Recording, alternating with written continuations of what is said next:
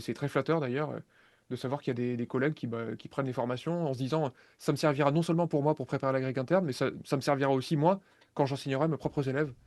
C'est des gens en général qui aiment bien les vidéos que je fais sur YouTube et voilà.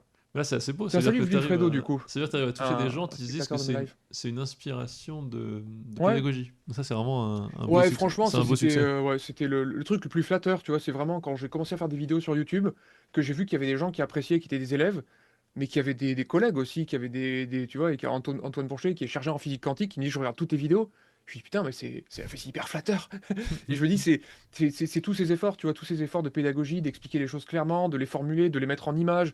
Justement, tout ce dont Clément a parlé, tu vois? Tout ce que tu gagnes, en fait, en enseignant, tu passes de être seul dans ta propre tête à pouvoir faire de l'écrit, à pouvoir essayer de transmettre un tout petit peu, de l'intuition que tu as eue, parce que tu arrives à en faire des phrases, tu arrives à donner les exemples qui font que d'un seul coup on peut comprendre et je trouve c'est vraiment les choses les plus gratifiantes qui sont. Les mathématiques sans ça, pour moi, serait un peu triste ou net et je suis très content d'avoir pu trouver ma branche dans cet alliage des 2 là, comme ça.